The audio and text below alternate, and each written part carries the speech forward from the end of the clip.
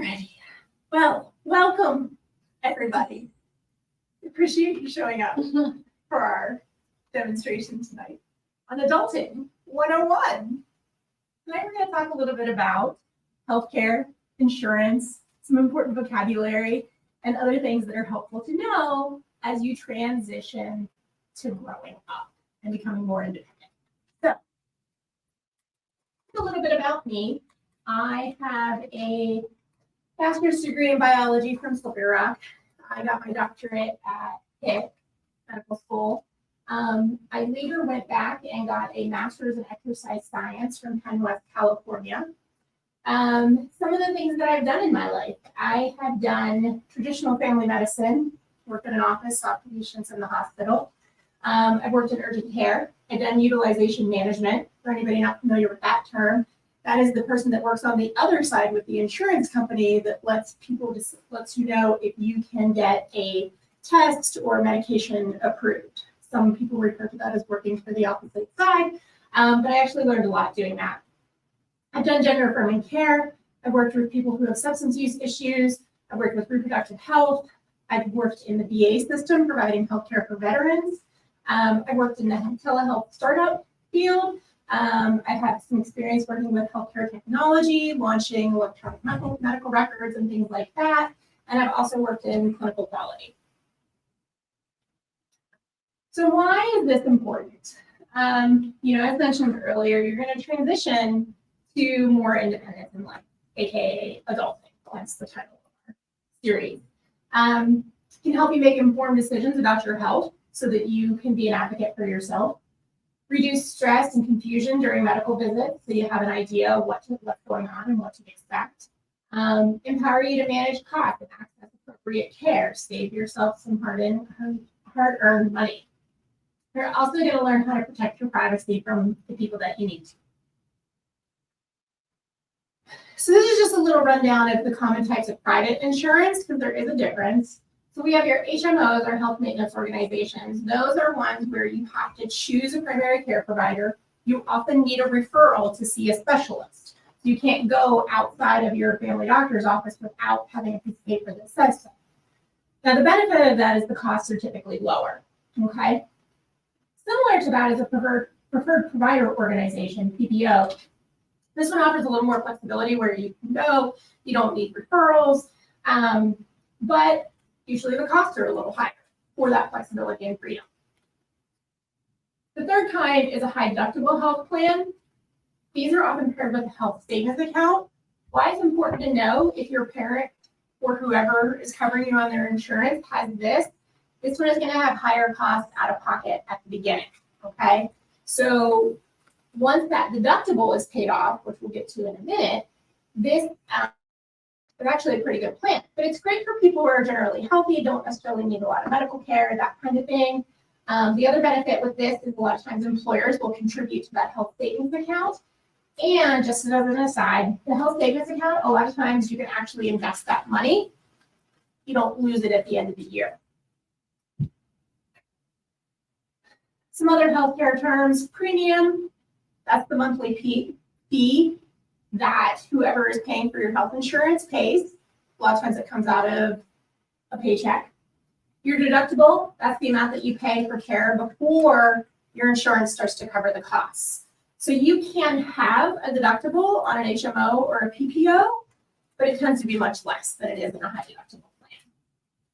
A copayment, that is a fixed amount. So you're going to pay that. A lot of times you'll see that on an insurance card.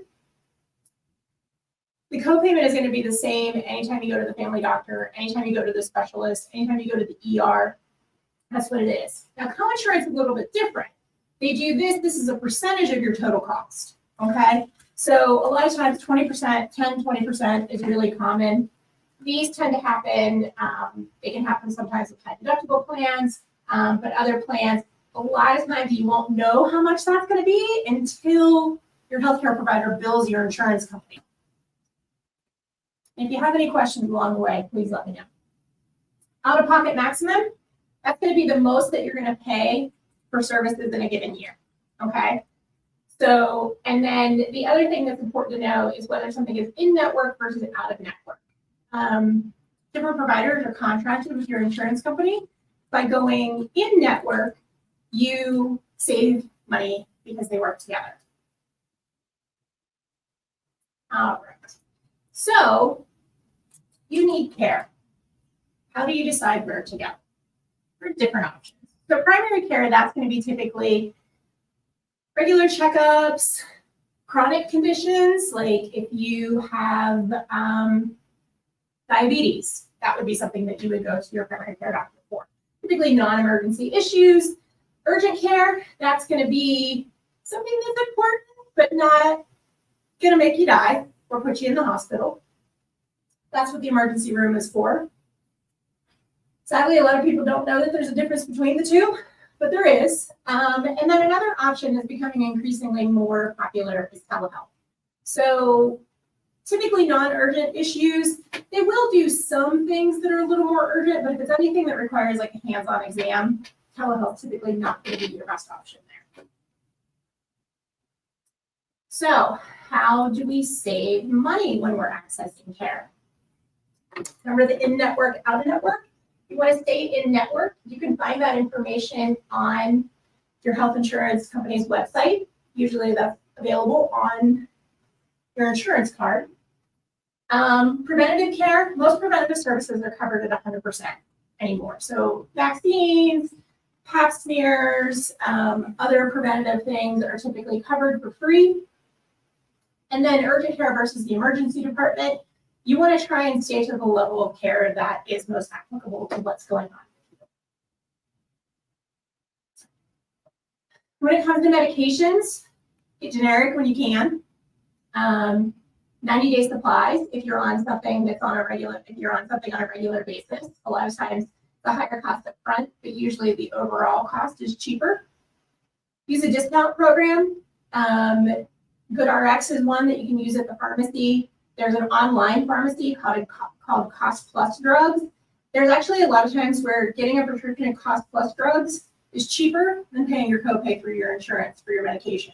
So it's good to shop around because you can find deals different ways that maybe your insurance is not going to work out to be in your best interest. And then also, if you have a chance, look and see what they did. Did they really run the test that they said they did? It happens sometimes. Sometimes they'll start to do something and then we stop and it doesn't get taken off. So it's important to look for those types of things. So one of the things that in my work, I have found that people have no idea how to pick up a prescription, which happens. If it's not something you've done before, you have no idea. So most of the time, prescriptions are going to be sent electronically to the pharmacy. You want to make sure that the pharmacy, if you're going to use your insurance, if the pharmacy has your insurance on file, you want to make sure that that pharmacy works with your insurance. Once again, that's information that tends to be on the website for your insurance company. Your doctor does not know if your pharmacy works with your insurance company, okay? So other thing, I talked about like prescription discount programs, GoodRx is one. The other thing your healthcare provider does not know, we don't know if your prescription's ready. We do not know what your copay is going to be. These are questions that we get asked all the time. And we don't know the answer to that because that's between the pharmacy and your insurance company. So, so if you're going to ask questions like that, you just need to know who to go to. All right, so privacy. And this is important. They have a fancy name for it, the Health Insurance Portability and Accountability Act, also known as HIPAA, with 2 A's, not 2 P's. It is commonly misspelled as HIPPA, and that looks more like a very large animal that can live in the water. Anything to do with privacy. So what HIPAA protects? It's going to protect your health information and your records.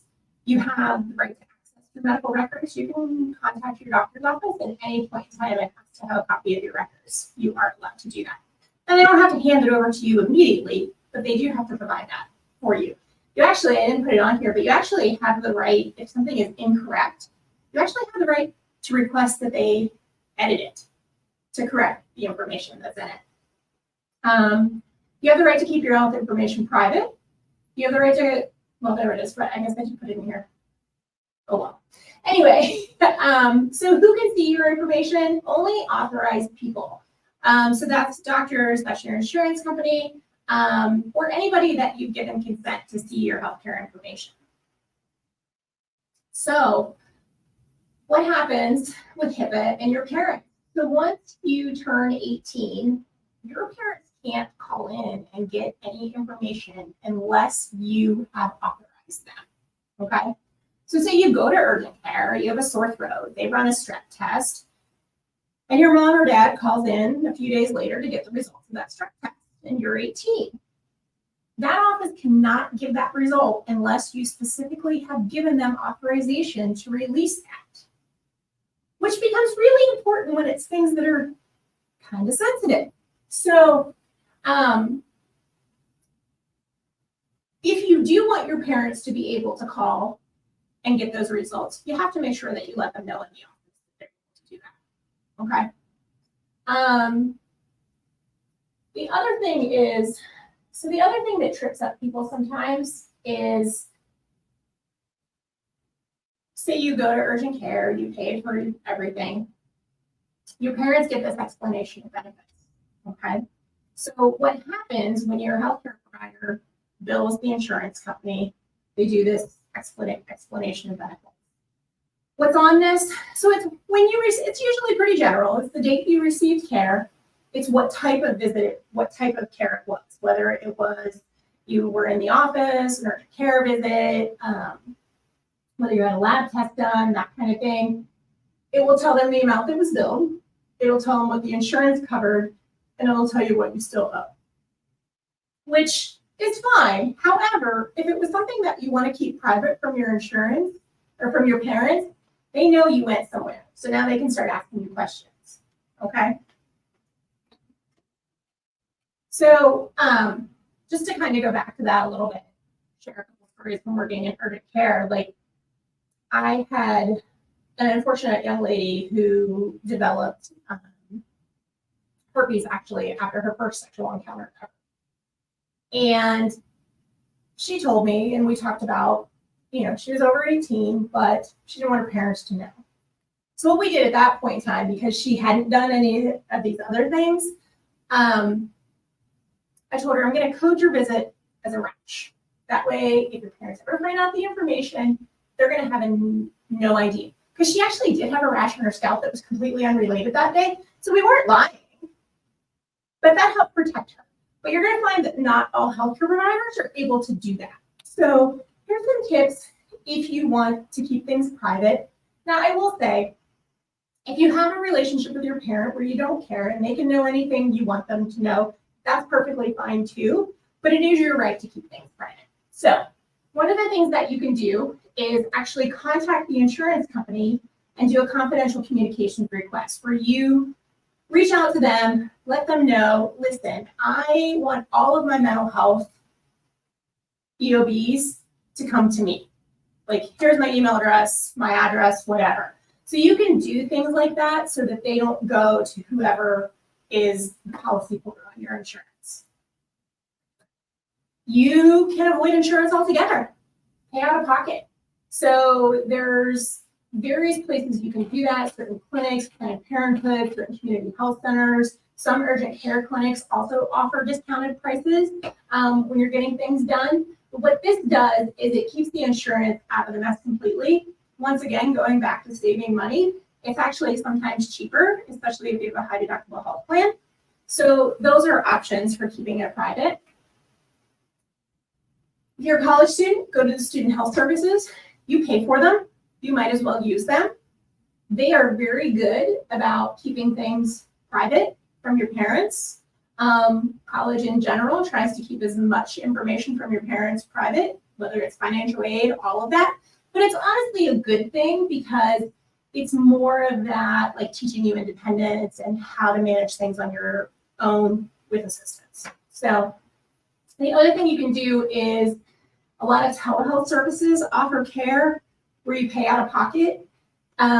This allows you to receive that care. It never goes through your insurance. And so you can keep things private that way too. So how do you advocate for yourself?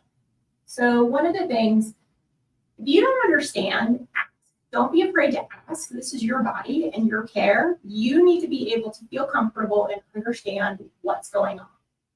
And if you're going to a place that doesn't allow you to do that, do not go back. File a complaint. Just write a Google review, although we hate those. But it's very important to not have yourself get bullied into doing something or something happening that you're not comfortable with. Same thing, get a second opinion. If you talk to somebody and it's just not, you just don't quite feel right, you are able to get a second opinion somewhere else and have somebody else evaluate you. This is another thing I don't think a lot of people understand that they can do. Ask if the test or medication that they're ordering for you is absolutely necessary. And I've seen this on both sides, having been somebody that's worked, in healthcare. Like, we sometimes have this expectation from the healthcare side of things that somebody's coming in to be seen. They want all the things done. They want any medication they could possibly want ordered. And so we recommend all the things. And then you kind of talk to somebody and they're like, I just need this full excuse for today. And we're like, oh, okay. Well, we can still do these things, but they're not 100% necessary if you don't want to. So if you really, and honestly, I prefer people to be upfront. When people would come in and say, I didn't miss work today, I just needed an excuse. Okay, cool. Here, I'll check you over still. But it makes it so much easier to kind of talk about upfront what you are looking for. Okay. And then, the other thing is too, people come in with, like cold symptoms and they walk out with 3 prescriptions. We didn't actually need all of those, but they were just things to help them feel better. But they can get pretty costly. So once again, going back to saving money, if you're happy with what you're taking at home, that's perfectly fine. You don't have to have all the prescriptions to feel better too.